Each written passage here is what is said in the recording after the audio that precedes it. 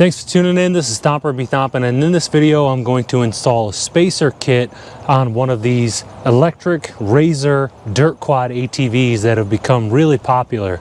So basically, I've got a 2.5-year-old boy who rides this thing. He just started riding it a few months ago, and he's still very much getting used to the turning radius. These things have an incredibly sharp turning radius and not a very wide stance at all. So whenever my little boy is on off-camber terrain and he's turning uphill, he will just yank the bars, full lock, grip it and rip it, full acceleration. And with the electric torque, they take off so abruptly. So there's already been a few times where he's almost gone over.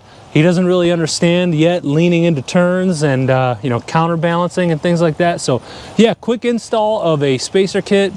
It's available in the description below, a link to Amazon. I've only been able to find the one kit so far, and I paid for it with my own money, so no affiliation with the company or anything like that. So this is a pretty unconventional spacer kit, in my opinion. You don't really see them very much like this. So it's gonna come with these alignment plastic pieces. You got 1.5 inches for each side for the front tires and about 1 inch for the rear tires. So the front end is going to be a little bit wider than the rear, and of course it comes with all the bolts and nuts and washers that you're going to need. As far as tools go, you're just going to need a 6mm hex or Allen ratchet, of course, and a 13mm and a 19mm socket. That's it, and something to lift the ATV up on top of if you can. Okay, so really quick, I'm going to show you one of the front wheels here. The only difference between the front and the back, besides the actual spacer size, is the front axle nut is held on with a 19mm hex, and then the rear is held on with a 6mm Allen. So that's going to be your only difference between the two. But yeah, real quick, I'll show you the front wheel, and it starts with loosening these black hexes here. These axle nuts, as you are going to see, are on insanely tight, just so you know. So quick warning to headphones users, they only want you to loosen these up, not take them off. 3, 2, 1. Then next we take off this axle nut, and again, warning to headphones users, I'm going to show you. I'm going to try and take it off with this 12 volt DeWalt. I forget the torque ratings on this, but for removal it's actually pretty stout. I got it on high. Warning to headphones users in 3, 2, 1.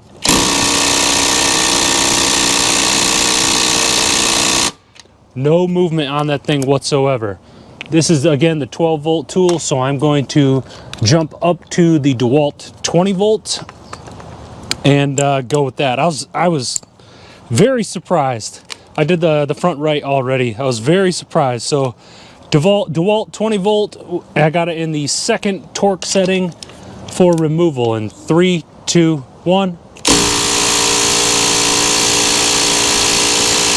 Ain't budging. Third torque setting, as powerful as this tool gets.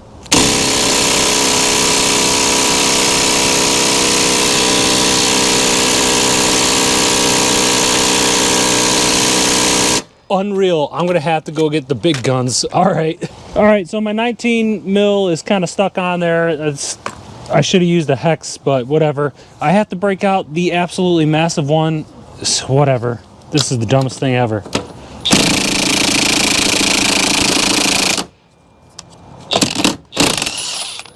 I had to use my most powerful tool on its most powerful setting. I don't know if it's just the glue that they use. I don't see any. I mean, this is a lock nut, but holy smokes, they torque these things down so tight from factory. Just a heads up. So moving on, I lost one of my actual lug nuts. These silver, these here are just the nuts and bolts that are keeping these two-piece rims together. So don't take these out, because then your two-piece rim will separate, and then you'll have to take the air out, put them back together and all that. So yeah, I forgot. So now that the wheel is off, you can I guess now you take these out. I don't know, the instructions are kind of dumb. So yeah, so now we'll take these all out, and these no longer get reused. So now we can put the actual hub back on the axle, and they want us to go ahead and re-tighten down the axle nut with the washer and the 19 mil. I am not going to use the big gun again for this one. I am just going to use my 20 volt, swapping batteries over here. Get my 19 mil back on. Okay, so now you can go ahead and tighten this back down. Headphones warning in 3, 2.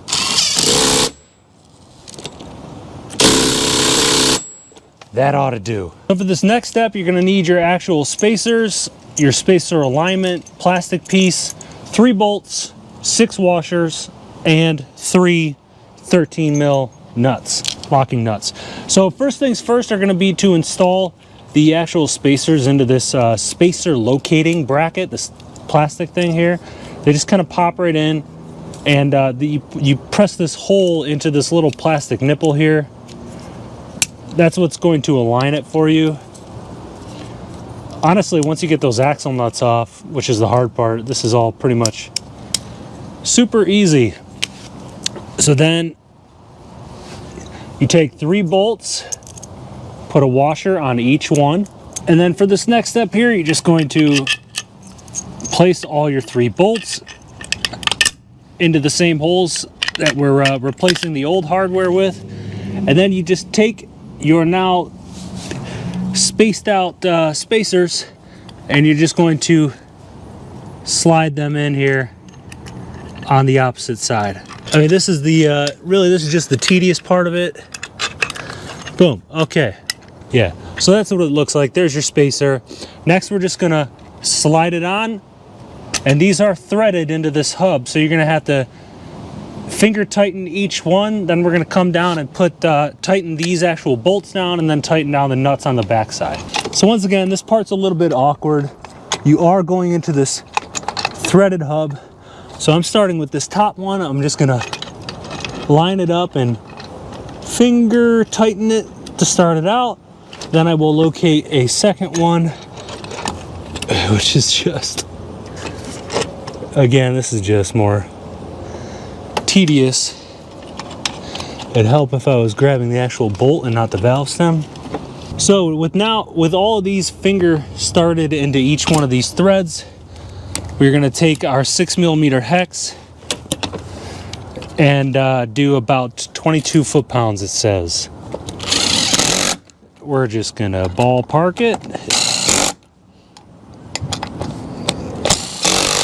So then the final step here is going to be come in on the back side, insert a washer and one of these 13 mil lock nuts, and then tighten down to 22 foot-pounds. Again, this is tight quarters, so I'm going to use this, I don't know, battery powered ratchet here instead of the impact wrench, just because it's kind of close quarters. 3, 2.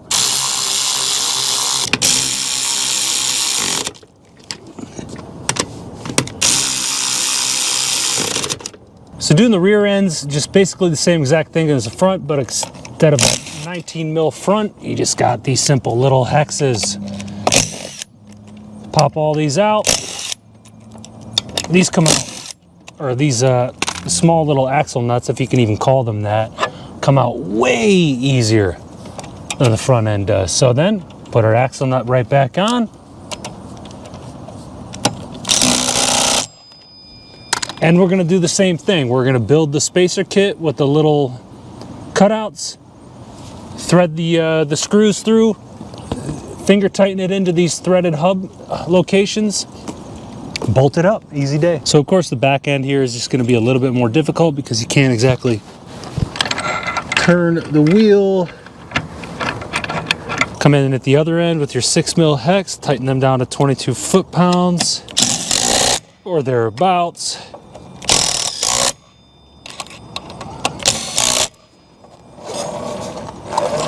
Give or take a smidge. And same thing with the front. We're gonna put on our washers, 13 mil lock nuts, finger tighten them. Again, close quarters.